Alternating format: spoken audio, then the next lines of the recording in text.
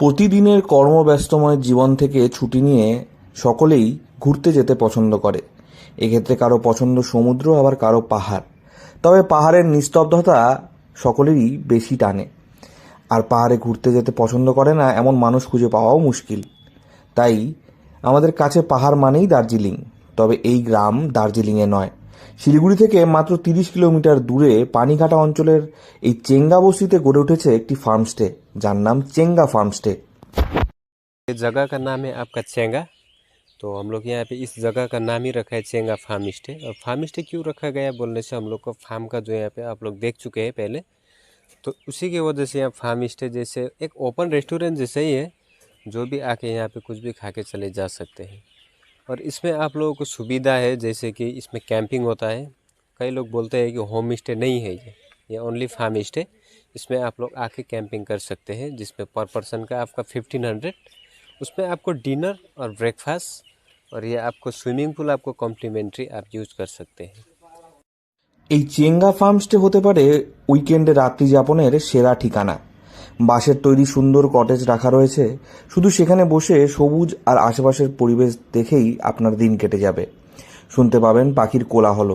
চাইলে আশেপাশের ফার্মটাও ঘুরে দেখতে পারেন, যেখানে অর্গানিক শাকসবজি চাষ হয়। এখানে এমনই প্রকৃতির রূপ যা দেখে আপনি উপন্যাসও লিখে ফেলতে পারেন।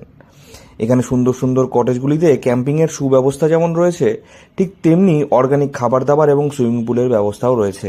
আবার রাতে বারবিকিউ, থাকা খাবার খরচ প্রতি জন হিসাবে মাত্র 1500 টাকা। আমি চেঙ্গা ফার্মস্টেতে এসেছি। জায়গাটা খুবই সুন্দর, অসাধারণ। আর এখানে আমরা আজকে থাকবো।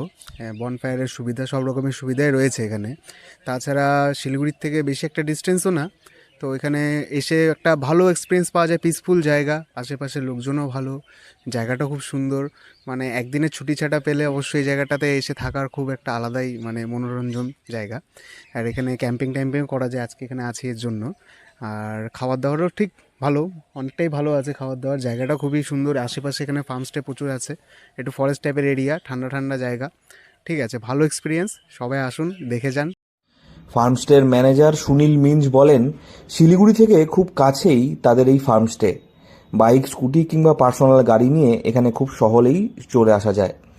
তবে এখানে থাকতে গেলে আগে ভাগে বুকিং করে আসতে হবে, তাহলে সেই অনুযায়ী সমস্ত রকম ব্যবস্থা করে রাখবেন তারা।